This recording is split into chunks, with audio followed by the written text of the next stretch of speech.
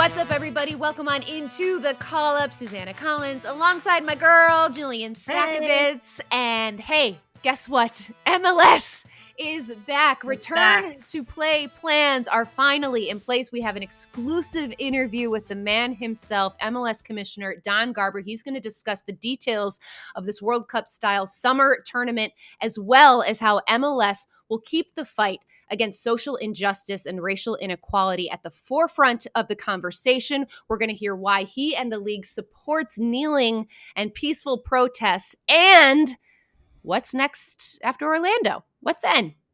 Don Garber has the answers. You're going to get that and so much more on this very special episode of The Call Up. And we are so thrilled and honored to be joined by MLS Commissioner Don Garber. Don, thank you so much for joining us. It's good to be chatting with you both. It's good to get back to play, don't you think? Amen. Amen. And who better to discuss that with you? So let's get right into it. The much anticipated Orlando tournament is coming. It's going to kick off on July 8th and culminate with a championship game on August 11th. It'll be World Cup style, something so many of us are familiar with, group stages, all games on national television. What went into deciding that this was the best format for MLS to make its return? You know, it was driven by the uncertainty of what the alternative really could be for us. We don't really have a sense as to when our cities will open up for even games without fans, though that's beginning to show a bit more promise, and we're a bit more optimistic about it today than we certainly were when we started the work on the Disney project.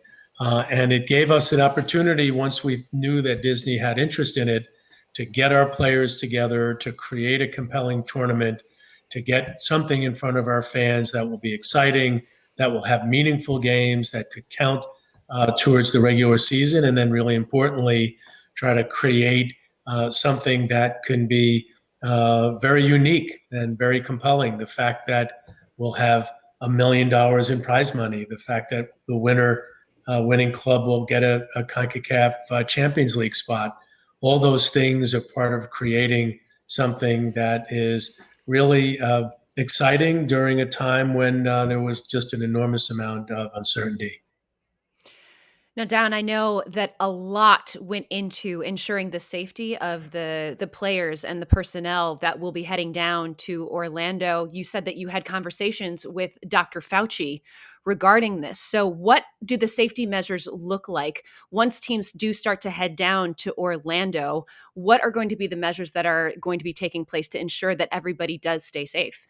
Well, you know, it starts with we wouldn't do this if we didn't have a real focus on ensuring that we could protect the health and safety of our players, and then lots of staff. I mean, we'll have hundreds of staff people from the league and the clubs that are going to go down and support the tournament and regular season games from an operational perspective, a broadcast perspective, and so many other different activities. Players and staff will get tested before they leave and ensure that they are testing negative, and then they will get tested very regularly when they're down there. And that's not just the players, but the staff that will be accompanying them. And all of that is in accordance with the guidelines that have been established by the health authorities, both in the state of Florida and at the CDC. So much work went into managing the health and safety and testing protocols, something that we've reviewed with the MLS Players Association, something that we've reviewed with various federal and state and local health authorities. And again, new ground. This hasn't been done before, so we're going to get very focused on doing what we can to ensure we get it right. And the question on so many people's minds is, God forbid, somebody does get sick, a player or staff member. What is the protocol to follow should somebody test positive for COVID-19? Well, again, it's no different for a player or a staff person. If a person tests positive for COVID, then they will go into quarantine. That will be at the hotel. There'll be a separate area to manage those people who do test positive. And then obviously we have relationships, close relationships with the two large hospitals in Orlando in the event that there's additional medical care that's required. If a player tests positive, then those around that player will be tested every single day to ensure that those players don't have COVID. And if they do, then they will be removed as well. And then we will continue to manage this as we go through the tournament. As I said, never been done before, and we're going to get focused on doing what we can to absolutely ensure that our players and staff are kept healthy and safe. Well, as part of the safety measures that are being instituted, there will not be fans be able to watch these games. So MLS has promised to take these broadcasts to the next level optically, of drones, sky cams, fan engagement. Can you give us a little inside look into what these broadcasts will look like and how you are going to take this to the next level? Well, we have to acknowledge that we're not in our stadiums, and we're not going to have fans around the field. There will not be stands with fans cheering their favorite clubs on and supporting their players. So lots of technology to, in many ways, create a studio environment that will bring our players closer to our fans, to utilize audio, to utilize many more cameras than we have in a regular season game, to try to have unique angles, to have unique perspective, to have VR and other unique technologies that we've been thinking about and now have an opportunity to really engage in, because in many ways this is not the future of what sports broadcasting will be, but gives us a laboratory to be able to do many things that we wanted to do.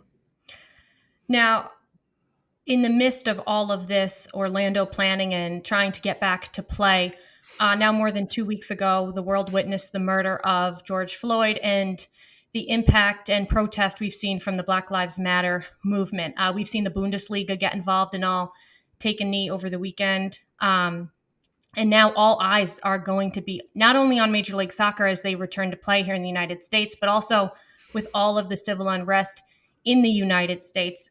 So what is the league, Don, going to do to address social injustice and racial inequality when all eyes will be on the league? And I know your commitment to getting that right. Yeah, listen, the eyes are on everybody. It's not just the league. We just happen to be returning to play and announcing that today. But the eyes are on all of humanity to ensure that we're self-aware of all the social injustices and the racism that's been existing in our country almost since the founding of our nation. And we're committed to doing what we can to fight racial injustice, to fight racial and social inequality, to do what we can to marshal the power of our players, our league, our clubs, to do things that are meaningful. It's one thing to post great Instagram statements and to make statements, but it really is more important that we come together and do in the right way, that we can address some of these really, really crucial issues that exist within our society overall, that the challenges that we have with police brutality, the social injustice in our judicial system. And it all starts with us, being committed to doing our part, devoting time, energy, resources, and money to support different organizations that embody the thinking that we have to address some of these inequities and these terrible things that are going on in our country. So it starts with discussions with our staff, and you all know that we've begun those discussions, and then discussions with our players, which will take place later this evening, and discussions that are very difficult and courageous for us to ensure that we're taking advantage of the right relationships, the right information, the right input to be able to do the right thing. And not just for our sport, though there are so many different things that we need to address. The lack of access in youth soccer, the lack of coaching and technical, the representation of the Black community and our coaching and technical staffs, even in our own front office, where we don't have enough senior representation from Black executives. So all of these things are challenges that we have to accept exist. Well, not challenges, but issues that we have to accept exist, and then rise to the challenge of doing our part to address these issues. Don, we have had conversations with some of our Black players. Jill and I had Ja'Cory Hayes and Mason Toy on the pod last week, and we have been, as a league and on the digital side, we've been doing whatever we can to sort of amplify the voices of some of our Black players. A lot of them have come forward and made statements about their own personal experiences. Have you had any conversations with some of the players, and what conversations have stood out to you that just really resonated? Well, it started, Susannah, with conversations internally, and there are a number of ex-MLS players who are Black, and I met with separately from the broader group of Black executives that we have in the office. And those two discussions were incredibly moving to me. They were meaningful. They were an important part of my understanding as to the enormous challenges with racism and the obstacles that every Black person in this country has had to overcome just to be able to get through every day, let alone be safe and to have the same opportunities that white America has. Later tonight, I'll be meeting with our players, all who are probably not feeling that good about what's been transpiring over the last couple of months. But more importantly, we need to sort of put that aside for the moment and discuss very similarly the issues that they face as current MLS players, current MLS coaches, and technical executives, for me to understand the challenges that they've been facing their whole lives as Black men, and the enormous challenges that they've been facing as both players and executives on the technical side in the soccer business. We talk so much, obviously, about soccer and front office, and Susannah and I speak as reporters. But since George Floyd, a day would go by, Susannah and I would hop on the phone like 10 times, exchanging information about learning about our own white privilege and what books we can read and who we think we should talk to. And I think the thing you're alluding to, Don, is it's been a moment of growth for all of us. If you kind of look at yourself, what have you taken away from these past 2 weeks when you look even beyond MLS? Well, I'll start with MLS, Jillian, because I've always believed and still do that we've been on our front foot leading against racism and against discrimination and standing for equality.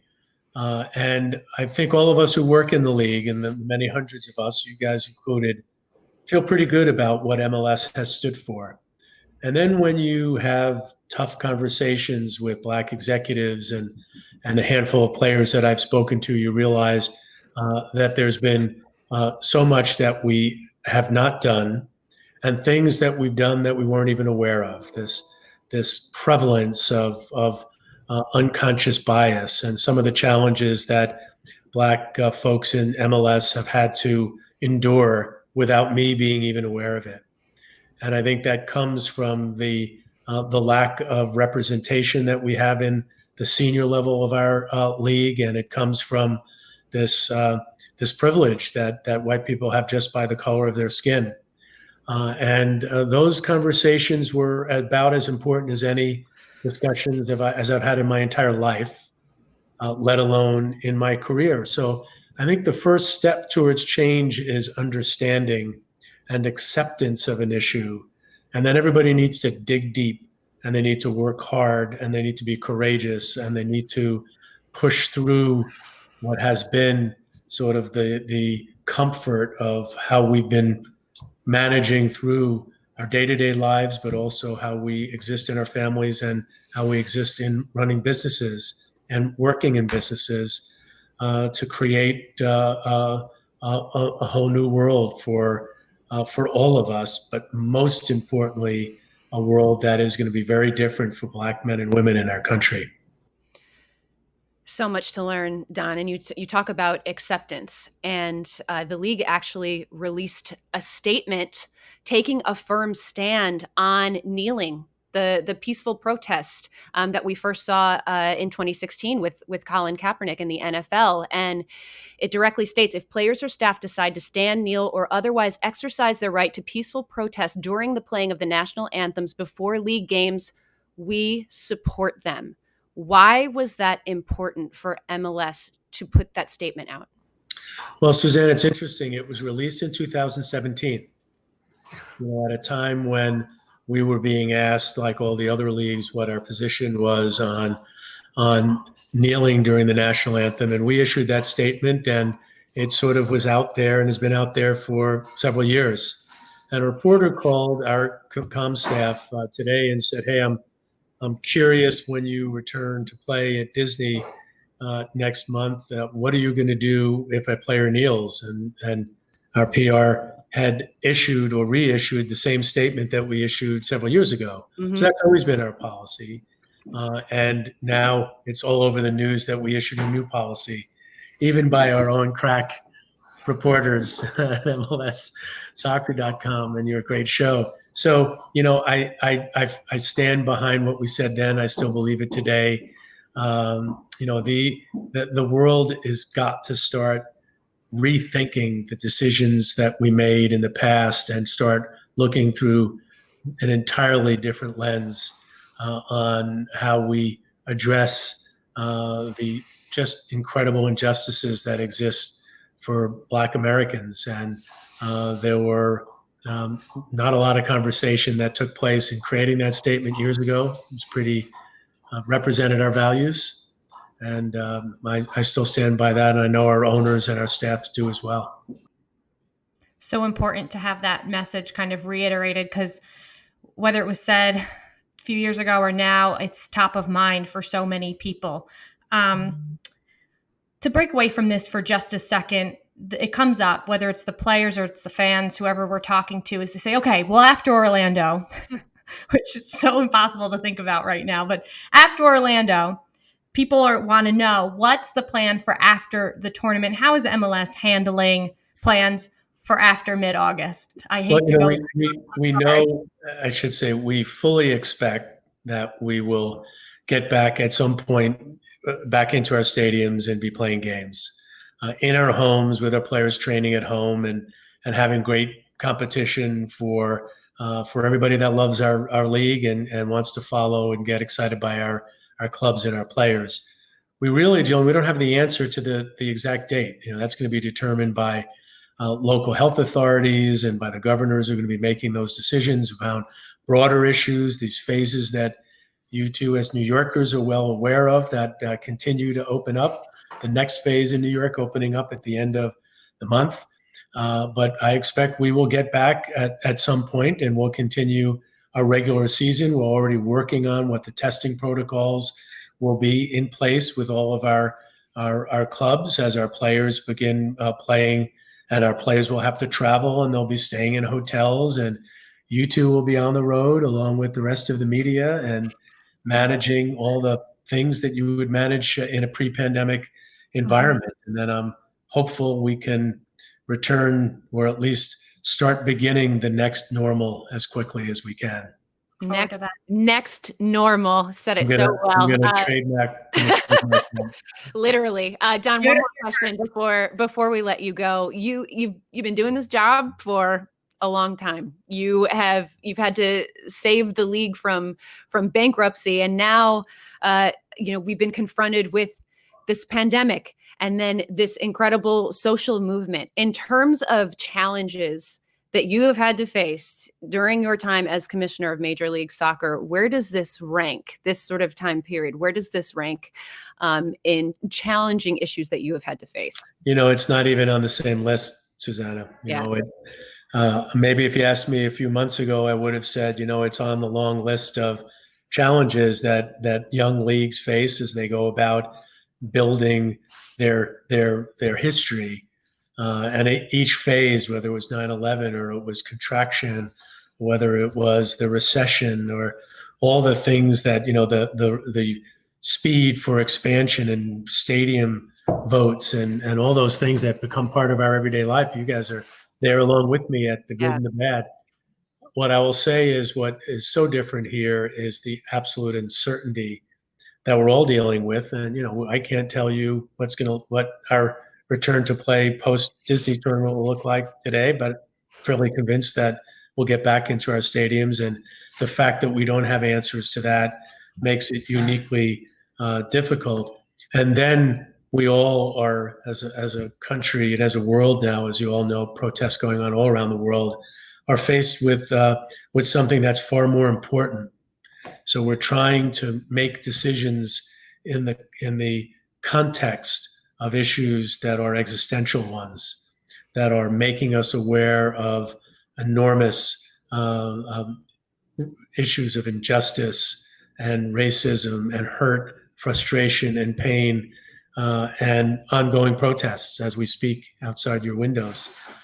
So we'll get through this. I'm a real believer in what's possible. I have confidence in humanity. I think we will move forward on the medical side, and we will get past COVID and have a vaccine, and I'm confident we will get there. And I'm optimistic that we will come together as a people to finally start addressing the incredible injustices that have been existing for the Black community for many, many, many lifetimes. Don Garber, our fearless leader, we thank you so much for joining us, breaking this all down for us. So many very important conversations. We thank you so much. Out of this stratosphere is how Don Garber describes the list of things he's had to handle during a global pandemic, and major props to him and, his commitment and using the terminology, "we support you," in that statement that I know they said they put out 3 years ago, but let's be honest, everyone's looking at that now, Suze. Sure. I mean, I think with everybody's revisiting 2016 and the Colin Kaepernick knee that he took, and the outrage that people had, the misdirected outrage that people had when, his messaging was, he was doing it against violence, police brutality, and people took it as, this is insulting to the country, to the flag, to the national anthem, and the messaging just got completely convoluted, and people missed because our ears weren't open, and my ears are more open. Suzanne, I know your ears are more open, and I'm really 100% hoping our listeners and everyone else that we're taking that time that we saw like a Drew Brees take to, before you have an opinion on it, let's listen. Let's learn what it was about.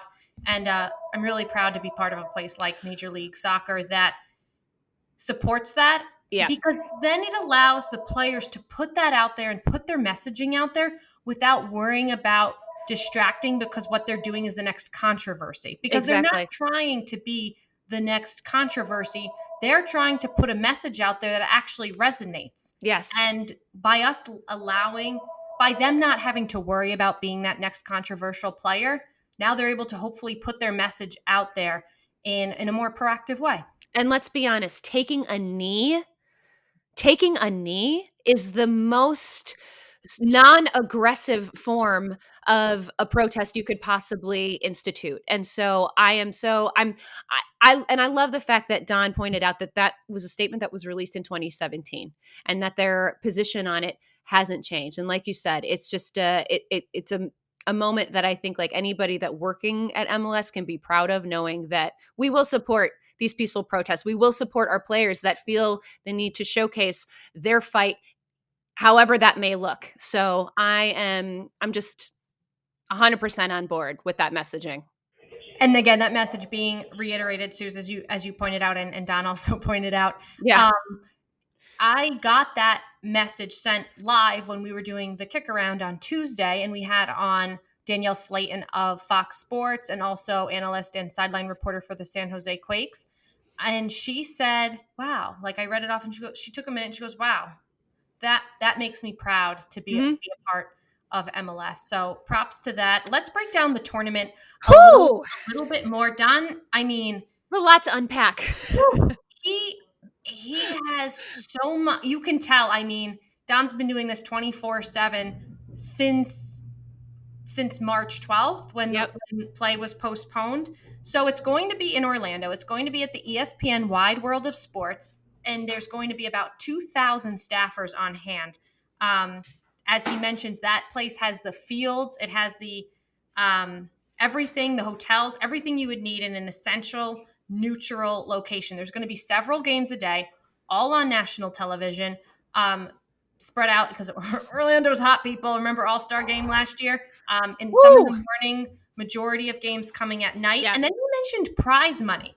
So players are still going to get some bonuses that they get during the regular season. But when he said prize money, he literally meant there's going to be added prize money. It's initiative to players. And I thought that was interesting because we've all been talking about the CONCACAF berth, but the Champions League berth. No, the prize money is an incentive, and he also, he stressed the importance of making this competitive. He didn't want this to just be an exhibition tournament. This had to have meaningful competition is I think the wording that he used, and so that in itself makes it competitive. I mean, players, they had to take a pay cut, right, as part of this agreement to this tournament, and so that prize money is added incentive for them. Also, a place in the Champions League, that's no joke.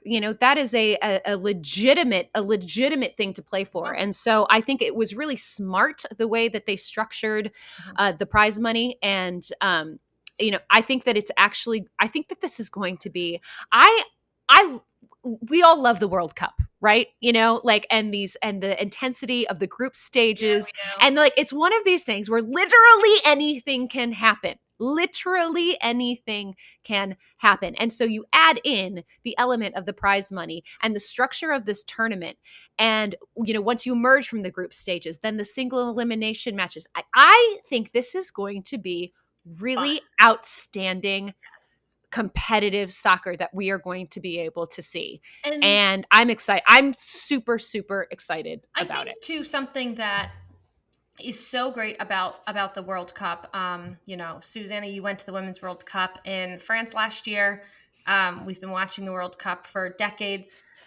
Is the fact that anyone can get into it. Yeah. And now with Major League Soccer being the first men's professional sport, because the NWSL is making a return at the end of June, with them being the first men's professional sport to return, again, Bundesliga ratings are through the roof because, hey, if you're a sports fan, I want to watch something competitive. Oh, who's Weston McKennie? I'm going to learn about him. Yep. All of these types of things, that this is, again, another huge moment for Major League Soccer for someone that's wanting that competition. And anyone, whether it's like an NCAA bracket, a group stage, people love that type of knockout mentality. Amen. And it's going to be great for someone that's maybe not an MLS fan as well. And for us MLS people, I'm excited to see heck yes. a new format, because who knows what comes from that. So I know Don, trying to be sensitive, says it's a big moment for everybody and the globe, but there is no debate that players have been saying it now for 2 weeks. MLS players, we want to use our platforms the best way possible, because we know once that whistle blows, all eyes are on us. I know I was watching with chills when you watched all of the Bundesliga players go in a circle and the officials and just take a knee. Jesse Marsh having the Black Lives Matter armband.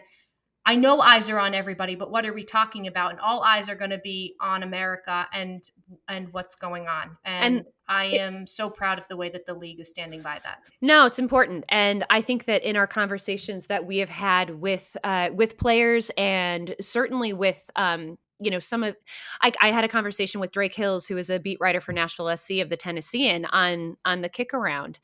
And one of the biggest thing that people are saying is that we need to keep these conversations going, especially when return to play happens. And so the league's commitment to that, and to, honoring players who want to, as we mentioned, peaceful protest, and with the optics being the way they are, and that the eyes are going to be on this tournament. The sports world is going to be watching. This is such an opportunity. It is such an opportunity for the league, for Major League Soccer, to back up what they're saying. You know, like, we say we support this, and we are going to. What have we said all week? We got to walk the walk. Got to walk the walk. One very, very, very small beginning step level that we've done that is the Call Up Cares. Every month, Extra Time Radio, our sister, brother, we like to call them our sister podcast. They should be honored to be our sister podcast. They should. Let's be fair. Extra Time is going to highlight an organization that's helping an underserved community in an MLS city. And us at the Call Up have teamed up with them for the month of June. Producers, hosts, everyone got $720 together for CJ Sapong's nonprofit, Sacred Seeds. Yep. It's dedicated to improving nutrition, education, and community development in Philadelphia. You can go to sacredseeds.org/donate to join us in donating, or you can email Extra Time at extratime@mlssoccer.com to nominate an organization. And fans got involved too, because we tweet out a link where you can donate. And that's just one of the many ways we're trying to keep the conversation going. Something Susannah and I talked about is just the fact of making sure we reach out to our Black players that we've had on, being like, listen, if there's something you need to say, or there's something that we need to know about, like, hop on, shoot us an email. Like, you know, you feel so weird sometimes hitting up everyone, but like, we want to keep this going, and we want to keep the lines of communication 100% open. Not just when it's in the news. And that our initial donation, Andrew Wiebe texted us and let us know that we were able to send $1,000 over to CJ and the Sacred Seeds. So $1,000 over the matter of like a few days. And listen, you know, we're all on, you know, living tight these days. So I love that we came together, and that some of our listeners came together to get this done. And CJ was just beyond thrilled. And so this is a really cool initiative that we're going to keep going, and just, again, a way to walk the walk and back up all of the action that we are committed to doing. And we've ordered some books. I just want to point out, Susannah's came. One of them came. I've ordered about 7. I'm still waiting on mine. Great news is, like, all of them have been sold out on Amazon Prime, but you found another bookstore. Yes. So if you guys go to, it's a Black-owned bookstore. It's called Mahogany Books. I'm not quite sure where they're based, but they have an incredible selection of books and essays that are, you know, relative to just, you know, racial injustice and having these conversations. And a lot of them were still available. And so it's a way for you to not only support a Black-owned business, but then also, like, educate yourself. And this was one. Wait, hold on. I'll tell you where it is. I just looked it up. Washington, D.C. I love that. The premier online bookstore for best-selling and classic African-American books. Props to you, Sus, for finding that bookstore. I'm going on there right now. Thank you. So one of the books that I ordered, I have been, there's a new follow of mine that I've added to my list of educational resources. Who is it? A woman named Monique Melton, and she's an educator. She literally teaches about anti-racism. And one of the books that she recommended it's called The Becky Code.